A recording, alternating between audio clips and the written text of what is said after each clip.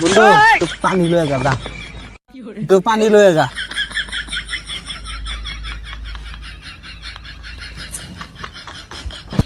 নে বন্ধু নে কিরে তুই হুট কিনা হইছে তুই আর তো দইতাছ বুঝলাম না।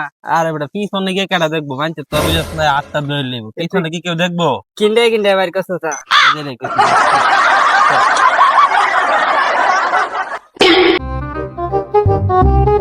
তা বন্ধু তোর তো 1000 টাকা নিছিলাম এটা তো আমরা দিতে পারি নাই। আচ্ছা ঠিক আছে লাগবো না, আমি তোর মাফ করে দিছি। আচ্ছা এই যে ওই দিন যে অ্যাক্সিডেন্ট কইরা তোর গাড়িটা তো ভাঙাল ছিলাম, হ্যাঁ এটা তো ঠিক আরে কি আর করবি, তুই আমার ভাই বাজার মানুষ, কি আর করবো। আচ্ছা তো এটা মাফ করে দিছি, সমস্যা নেই। বুঝছস কালকে আছে না তোর গার্লফ্রেন্ড নিয়ে ঘুরতে গেছিলাম, এটা মাফ করে দি। আচ্ছা ঠিক আছে সমস্যা নেই, তুই আমার গার্লফ্রেন্ড ঘুরতে চলবি ভাই, তুই কইলে নাকি? আসসালামু আলাইকুম সুপ্রিয় দর্শক মন্ডলী, আমি কটন টিভি থেকে সাংবাদিক ফারাবি ভাই বলতেছি।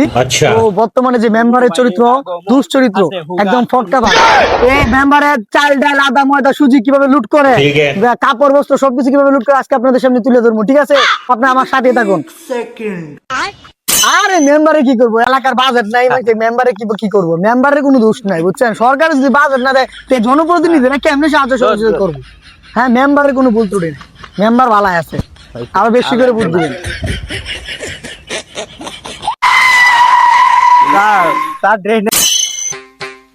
এমনি যে দিন কাল চলবো, কাস্টমার বিকাশে টিয়া দিব ভাই, আমার টিয়া পয়সা দেনা।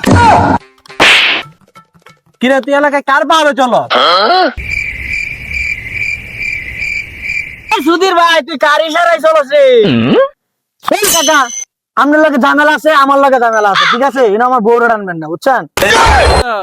কারে সারাই চলে বই আসলে মাগে বাজে কার লগে গেছি লাগবে